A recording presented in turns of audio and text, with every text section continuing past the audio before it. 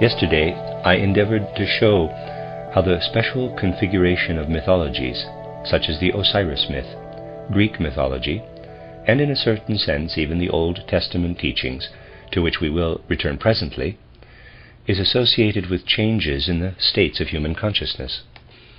We know how things stand in respect to the evolution of human consciousness. We know that we have to take into consideration earlier times of human evolution in which an old clairvoyance existed, an ability to perceive super-earthly things. We may want to look back at these things, for this retrospective helps us orient ourselves. Humanity must regain a vision directed to the supersensible. It will be found again by following the path of spiritual science, through spiritual scientific thinking.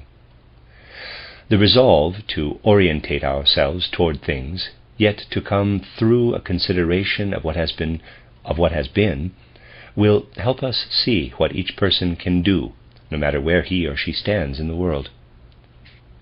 For in a certain sense, things that take place in later times are connected with events of earlier times.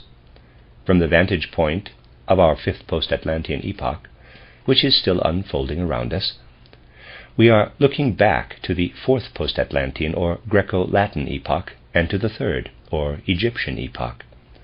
The latter was already a time in which it was natural for humans to express in certain mythical pictures and imaginations what they thought and felt about cosmic mysteries. We have already stated in another connection that we of the fifth post-Atlantean epoch have to recapitulate in a sort of inverted way what happened in the third, the Egypto-Chaldean epoch, so that it emerges again in a different form. And, by the way, the book titled The Spiritual Guidance of the Individual and Humanity also refers to this subject.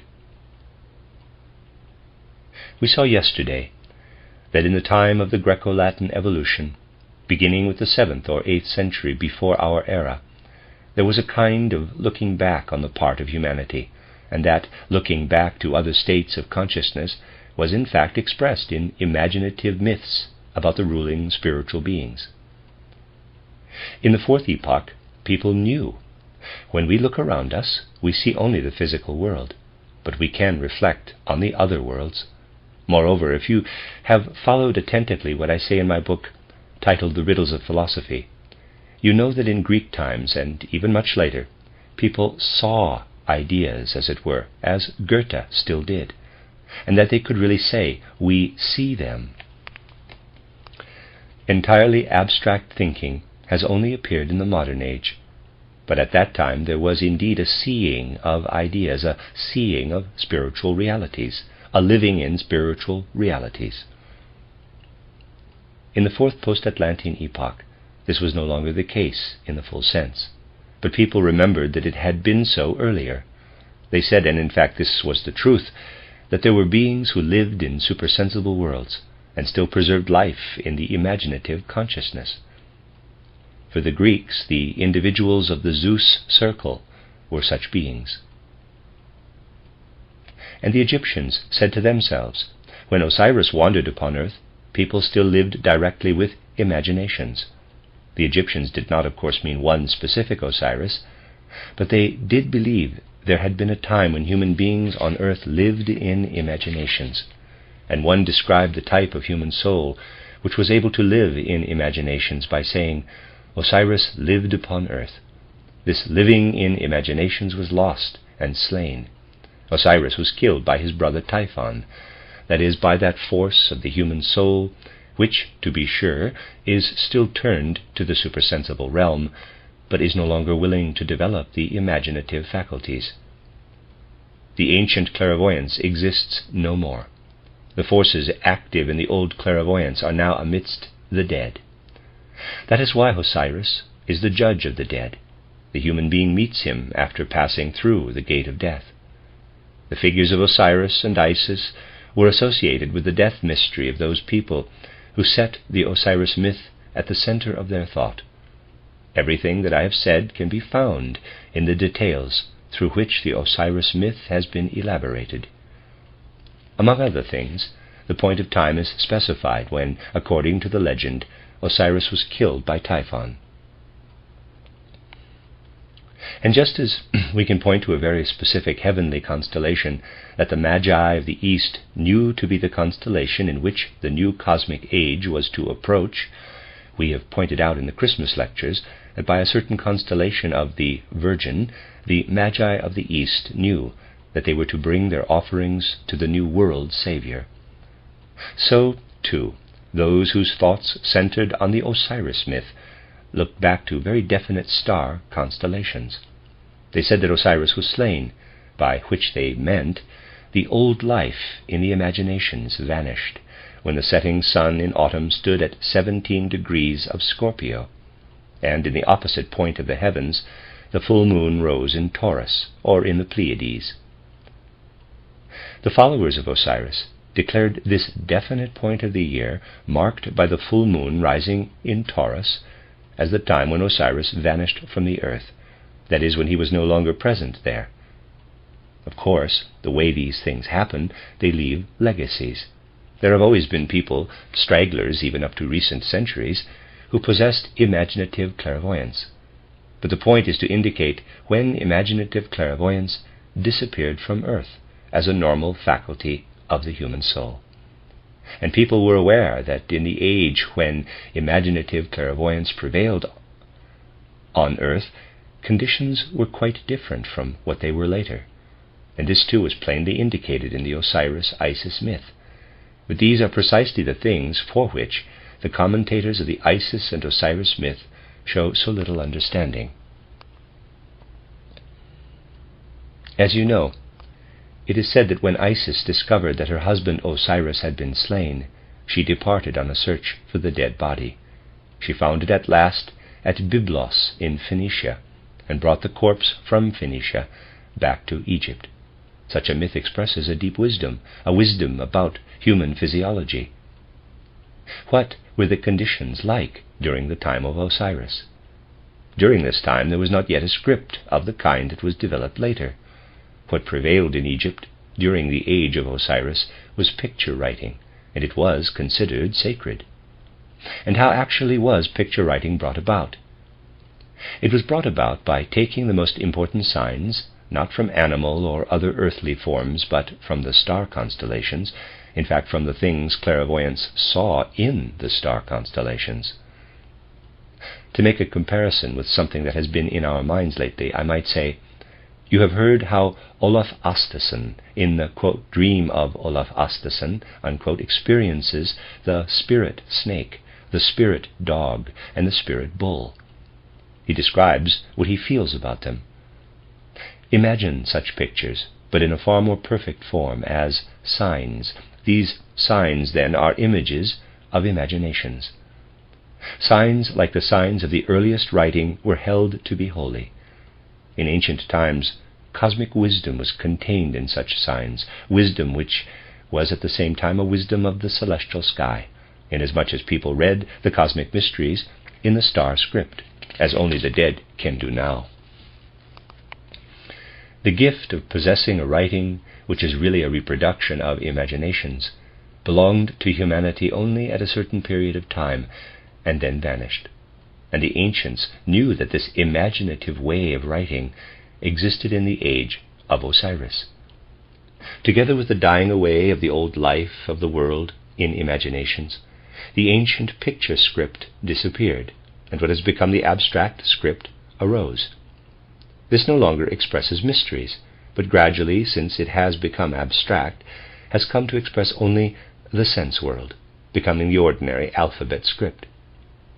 Just as in those ancient times Osiris was looked upon as the hero, the divine hero of the imaginative script, so Typhon, his brother and opponent, was the hero of the abstract alphabetic script that evolved from it. This is also indicated profoundly in the Osiris-Isis myth. Isis must travel to Phoenicia to find the corpse of Osiris, that is, to find the picture script transformed into letter script. The letter script was found, in quotes, invented, as we say, in Phoenicia, whereas the Egyptians in their old mysteries, in the time of Osiris, had a picture writing reflecting imaginations. The abstract script had now come from Phoenicia back to Egypt. Thus the transition from the old concrete conception in the imaginative script to the newer concept in the abstract script also found an expression in the Osiris-Isis myth. All these things lie in the course of human evolution. We are looking back to an older experience in imaginations. Real physiological wisdom is in fact expressed in the myths. Thinking gradually passed over to abstractions, not immediately to the quite empty abstractions of today, but to the somewhat fuller abstractions of about the 6th and 5th centuries BC. For example, in the work of Thales, whose name is generally placed at the beginning of the history of philosophy. You can look it up in my title, Riddles of Philosophy. You can see from this that humanity has to look back to earlier evolutionary periods from the vantage point of very different soul conditions. To be sure, certain modern secret societies know about these entirely different conditions, but they hold that such things should still be kept under lock and key. That is not true for the present day, although it is a little dangerous to talk about these things past a certain point. Up to that point, however, it is not just a case of should. These things must be spoken of today, because the knowledge of ancient conditions of human consciousness helps us orient ourselves for what is to develop as the new consciousness. If we have the knowledge of what once existed, it can help us bring about the necessary new conditions for evolution, although they are of an entirely different kind from those required earlier. These days, you find that boys go through a change of voice at puberty.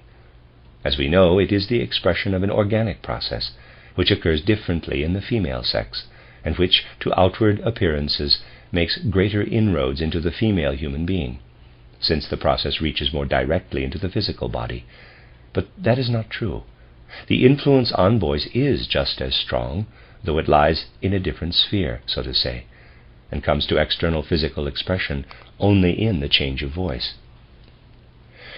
This attainment of maturity by the human being is, and in fact has been ever since Osiris died for the outer world, almost entirely a physical process. When Osiris lived, it was not merely a physical process, but a soul process as well. The boy of 14 or 15 years, as you know, we have already spoken of other experiences at the time of puberty, experienced not only that his voice changed, that which presently only enters presses into the region of the voice, extending from the sexual essences of the organism in those ancient times, also affected directly the thoughts, the conceptual world of the young boy. We must deal with such things truthfully. The voice apparatus is simply pervaded with the sexual essences of the organism. Today the voice breaks or mutates. In those days the thoughts mutated too, since it was still the ancient imaginative time. In those times the young boy, before the age of puberty, had certain imaginations. It was a living process, and all knew that the child up to 9 or 10 years of age had imaginations. Imaginations of spiritual events in the atmosphere. To this day there are still slight remains of this in almost every child of a tender age, only people pay no attention to it or talk the children out of it as being foolish nonsense. Spiritual events are taking place around us, in the air, all the time. The air is not only what physical science describes, but the locus of spiritual events. These spiritual events, essentially events of the etheric world, were perceived by children in full imaginations up to the time of puberty. And when puberty arrived, not only for the voice but also for the life of concepts, human beings felt something in themselves. It was in fact that which shot up out of the forces which are usually called in physiology the sex forces, something of which they said, "What I saw as a child through the imagination in the atmosphere now comes to life in me again. It is a perception. It lives in me." That did indeed happen. Human beings were aware that they had taken into themselves out of the atmosphere. That they had taken something into themselves out of the atmosphere. Formerly the young boy had seen it outside, now it felt it within himself. For girls, too, in those ancient times there had been, before puberty, a perception in imaginations of what was outside in the atmosphere. But after puberty, that which in the case of the boy merely emerged as the feeling of an alteration in the mental life, in the case of the girl felt like an ascent of still more inward imaginations. It was the human image that she would perceive within herself again and again in imagination. And then she would tell herself, what I now perceive imaginatively is the same as I experienced as a prepubescent child, out in cosmic space, as imaginative pictures. Each in its own way, the two sexes experienced deep in the soul that they knew, something is born in me, which cosmic space has fructified in me. Thus we have a still more concrete form of the Osiris-Isis myth. It is universal wisdom, insofar as it is one from the atmosphere, but it has an organic connection with the deeper layers of the human spirit. Try and get a better idea of it from the following. Humans presently think in an abstract way, inasmuch as they long to know, through the head, the lawfulness of the world. In ancient times, human beings were clear that it is impossible to know truly this way merely through head knowledge, but that we know through our whole being. We know what goes on outside in space, what goes on etherically, by first perceiving it, as it were, externally, and then after puberty, picturing or feeling it inwardly. How then do you perceive today with the abstract perception that you have? You discover something which you see with the senses, then you think it over afterward. The two steps follow each other in rapid succession. With the mysteries, through which human beings in ancient times penetrated into the laws of the atmosphere as represented in imaginations, it was a different matter. Throughout childhood, up to puberty, humans perceived, they only perceived. Later in life they worked it over inwardly. In a way, it is only the succession of a perceptive process and a thinking process spread out in time. Whereas today, when to observe abstractly and when to reflect, when to form abstract concepts is left to the individual's own discretion. What we now crowd into a few moments regarding the outer physical world used to be spread over the whole life. To perceive, to conceive, was something which humans, in their relation to the world, thought of as spread out over the whole of human life between birth and death. Up to the age of puberty, they perceived certain things. Afterward, they reflected upon them. This is the way it used to be. But now think, people said to themselves, this perceiving and reflecting are connected in a certain way with the day, with the rising and setting sun. With the rising sun, one wakes, gets up, begins to perceive and to think. With the setting sun, this ceases, since one lies down to sleep. Thus people connected perceiving and thinking with the day, and what was spread out over the course of life between birth and death, they brought into connection with more widely extended cosmic events in the heavens. Just as my thinking and perceiving depends on the sun, on the ordinary rising and setting of the sun, in the same way, whatever humans develop in the way of perceptions and thoughts depends on larger, far-flung star constellations that reappear after centuries, after millennia.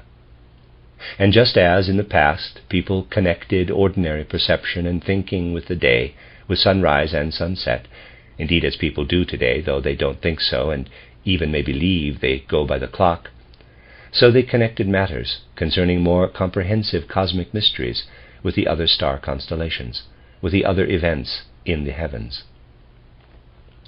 You see, a deep logic, a deep wisdom lies in these things. Superficialities like Dupuy's explanations will not let us get at the facts. But something else too is bound up with it. These ancient peoples, and we could speak of others besides the Egyptians and the Greeks, knew that the more inward-lying forces of human nature are connected with what comes to expression in celestial happenings, in the constellations. That decadence which is expressed in current attitudes to the sex problem and the most current attitude is the most decadent of all, was totally foreign to those ancient peoples. For them it was something very different. They had the feeling that when the voice broke, the thoughts broke too. And when these things happened, the sexual essences were suffused throughout the human being. It was their deep conviction that the divine was then pouring itself forth in the human being. Hence we find in all old religious rituals, things which these days are viewed only in a prurient sense. The sexual symbols, the so-called sexual symbols, phallic symbols, point thus to this connection between the atmosphere with its air events and the human processes of knowledge, which take place during the whole of human life, between birth and death. Through my eye, through my ear, said these people, I am connected with what is brought by the day. Through the deeper, more inward-lying forces, I am connected with something quite different, with the secrets of the air, which, however, are perceived only in imaginative experience. And this imaginative experience in its concrete form I have described for you with reference to these early times. The Old Testament conception of these matters was different, inasmuch as it put doctrine in the place of actual experience. The Egyptian of the Osiris age, especially of the earlier Osiris age, said, "The true human being only enters me with puberty, for I then take in what formerly I saw in imaginations. The air transmits to me the true human being." In the doctrine of the Old Testament, this was transformed into the following conception. The Elohim, or Yahweh, have breathed into the human being the living breath, Odem, the air. Here the essence was lifted out of the direct living experience and became doctrine, theory.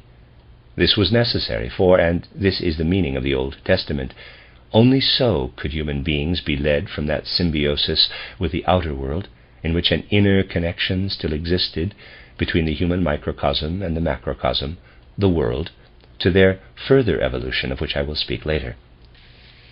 As the connection gradually vanished, it became necessary to fall back on just such a doctrine as the Old Testament.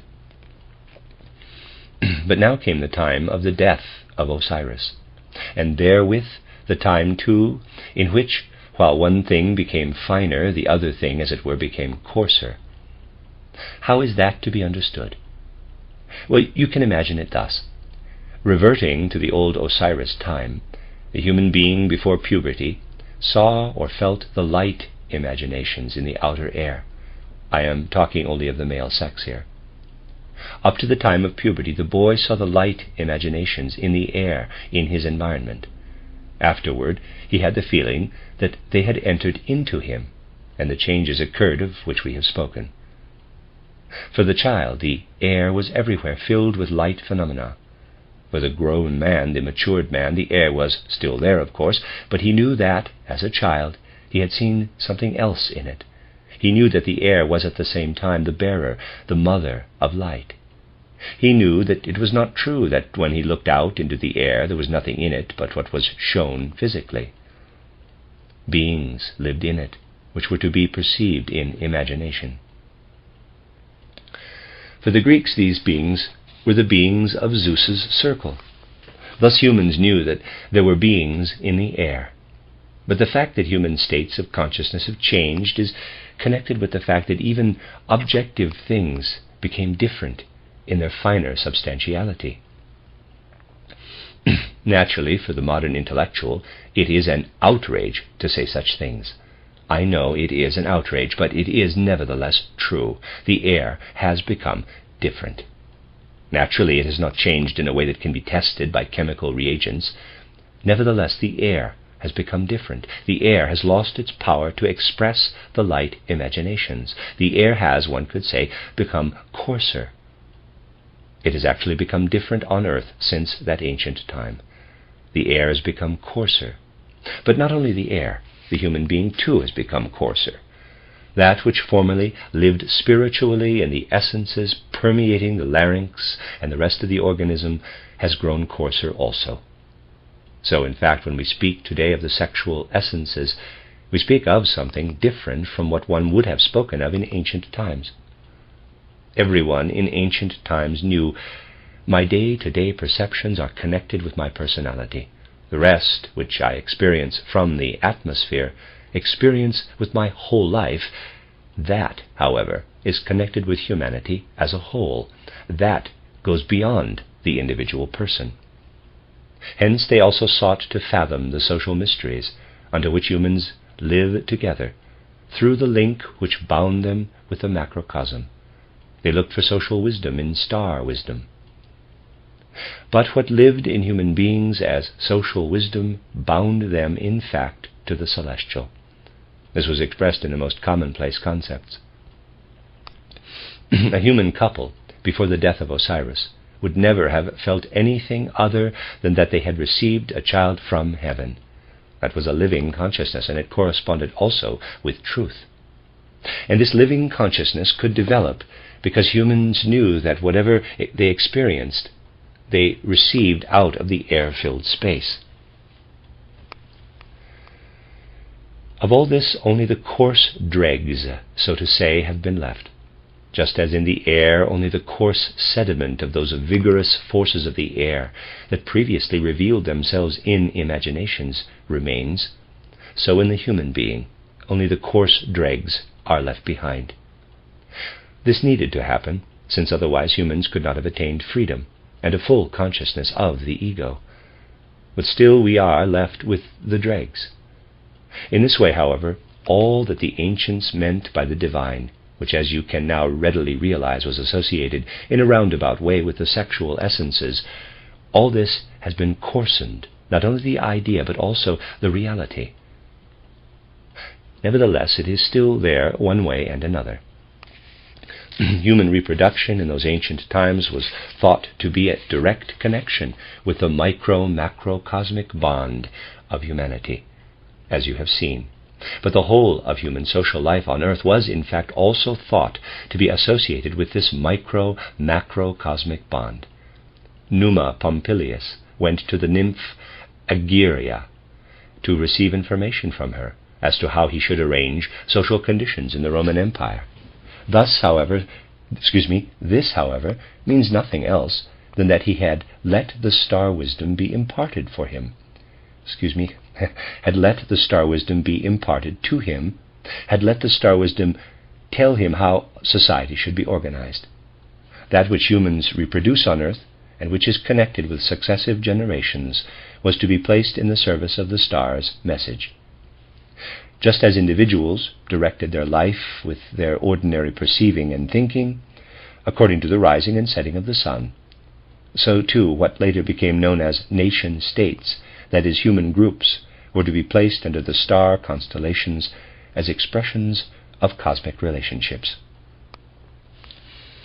In German, and languages often contain memories of old conditions, we still have a remembrance of this connection, in the fact that the relation of male and female is described by the word Geschlecht, sex, and the successive generations as Geschlechter, races.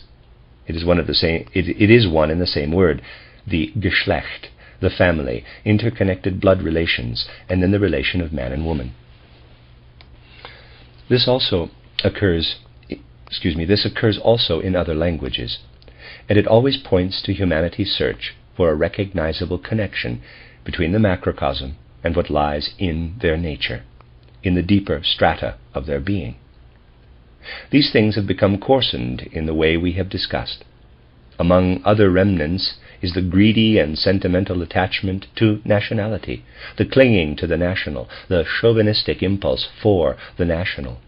That is the lingering relic of what is in the past, could be thought of in very different contexts. But it is necessary to see through those things in order to know the truth contained in them. What is expressed by the nationalistic longing? When a person develops to excess this national feeling, this sentiment for the nation, what is it that lives in it? Exactly the same as what lives in sexuality. Sexual relations on one hand and national sentiment on the other express in different forms the same reality. It is the sexual human being that lives through these two different poles. Being chauvinistic, is nothing else really than developing a sort of group sexuality. One could say that where the sexual essences, or what is left of them, hold human beings more firmly in their grip, there more national chauvinism is present, for it is the very force living in reproduction that comes to manifestation in national sentiment. Hence the battle cry of the so-called national freedom or people's freedom can only be understood in its more intimate dimensions if one calls it without the least prurient meaning the call for the restoration of the nations in the light of the sex problem. It seems to me that the greatest mystery of the impulse of our time is the fact that these days the sexual problem is proclaimed in a very special form all over the earth, without people having any idea that out of their subconscious sexuality clothes itself in the words freedom of the peoples. And sexual impulses play a much greater role in the catastrophic events of today, much, much greater than people imagine. For the roots of what is happening today lie, in fact, very deep. Such truths must no longer be kept under lock and key in our present age. Certain secret societies have been able to keep them under lock and key, insofar as they have excluded women in the strictest sense of the word.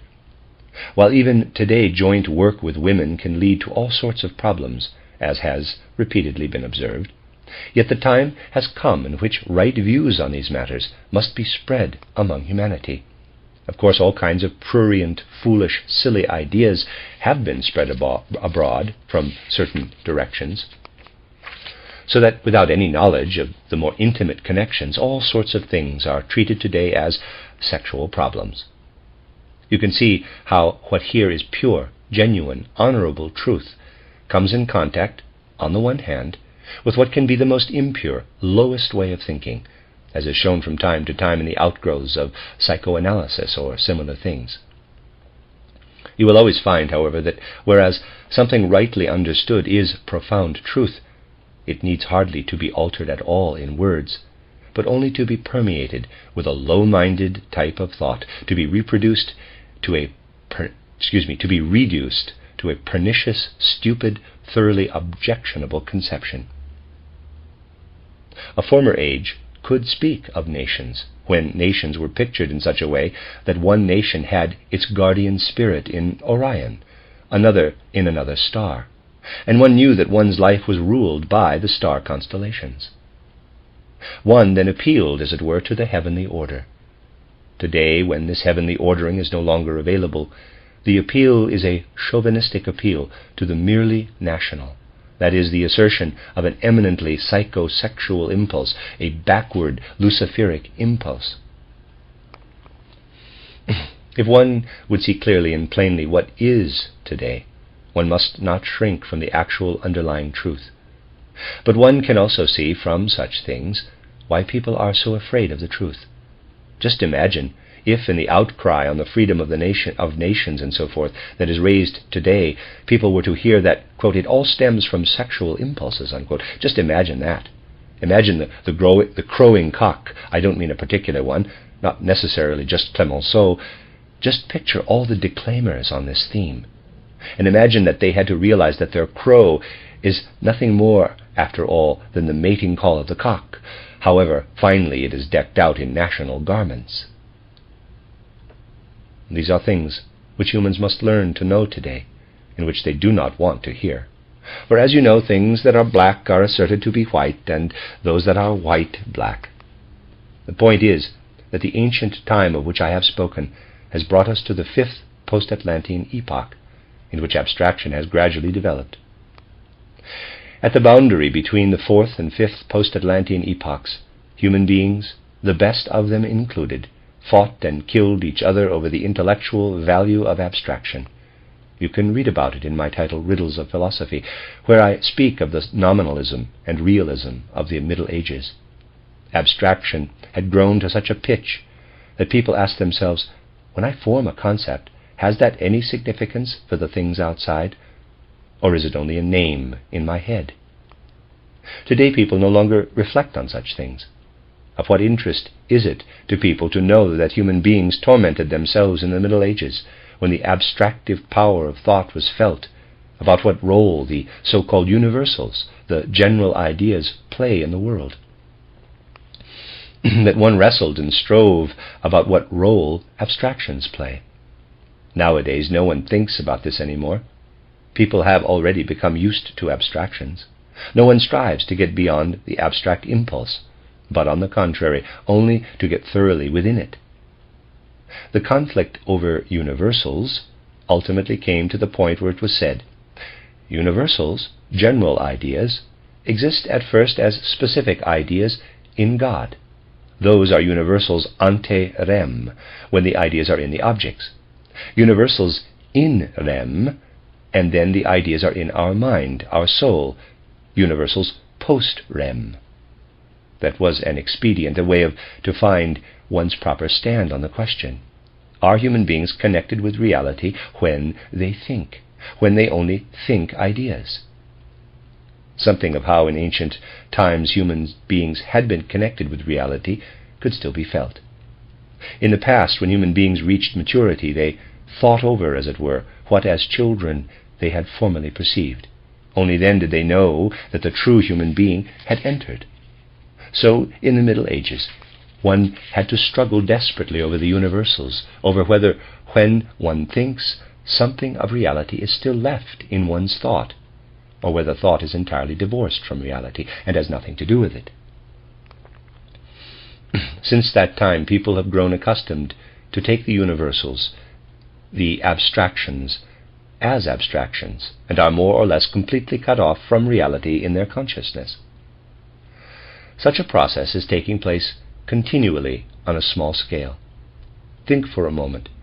Words, which stand for concepts, are originally in direct connection with what is seen. For instance, a small group of fighting men has one man at the head, one man before the others.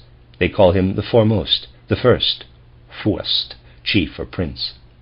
The word was at first linked directly with what was beheld. Later it was set free. It became a word which denoted something without any sort of connection with a direct perception. Just think to how many words this applies.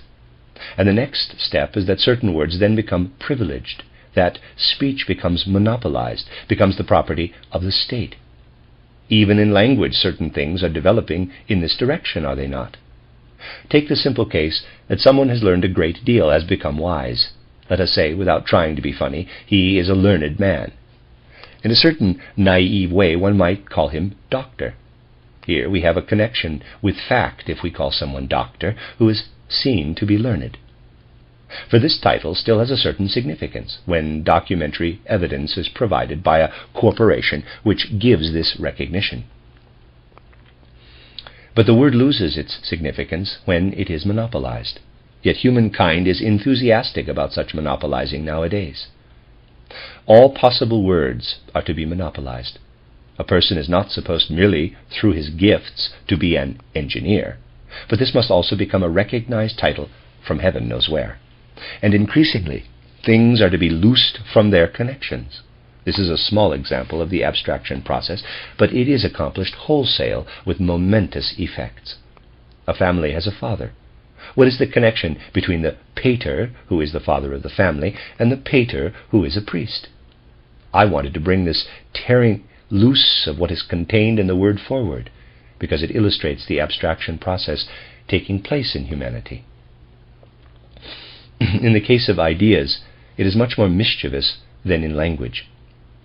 People often make use of concepts without having the least idea of their connection with what is perceived. And when, occasionally, people search for the real observation behind the word, the results can be comical, frightfully comical. Just observe, there are whole libraries today about the sign of the cross, which is really a universal sign spread over the earth, over the world. Most amusing is all the learnedness applied to it. Then there's a picture of a cross, then below that, this sign is traced back to this. Then there's a picture of a cross in a circle. That was supposed to have been the cross of former times. Sometimes writers trace that further back by saying that only the parts have been left, the swastika and so on. Yet, what has been written about it is frightfully clever, quite immensely clever, the way cleverness has been applied. I do not wish at all to go in for detailed criticism, but to tell the truth, cleverness is not enough. It should be obvious that the sign of the cross means nothing else than that the human being takes its stand, stretches out its arms, and then is the cross. From above downward goes a stream of existence that binds the person with the macrocosm, and through the outstretched hands too. And so the cross is the sign for the human being. And when you find distinguishing marks of the Assyrian kings or of the Egyptian kings, medallions for instance, then they are medallions with the cross sign. And similarly with two other signs, the cross on the medallion is one sign that ancient kings wore. The star is in the sign is generally made in such a way that one does not immediately recognize the pentagram in it, or it may even be a hexagram, but that is not the point. Really clever people have said, that is the sun, that is the cross, that is the moon, that is the star.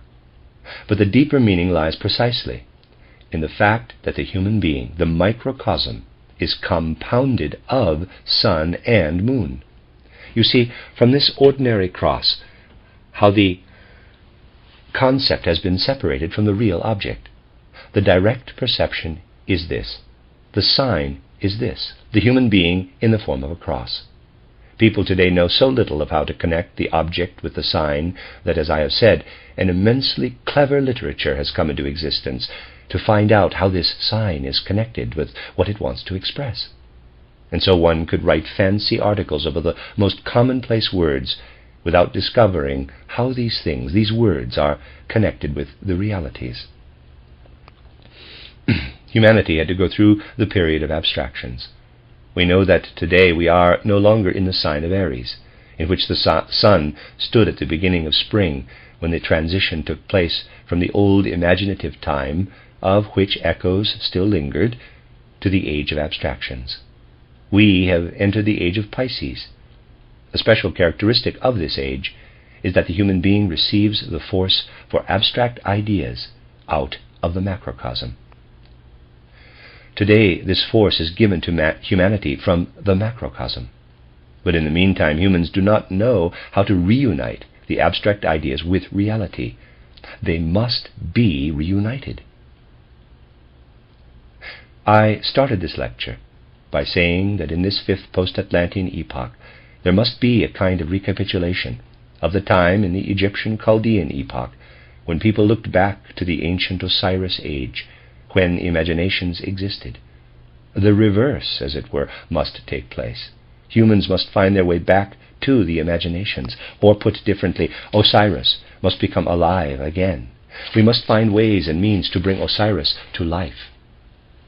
I have spoken very concretely in these studies by saying that we must find forms of experience which are common to the dead and the living. Since Osiris was slain, he has been with the dead.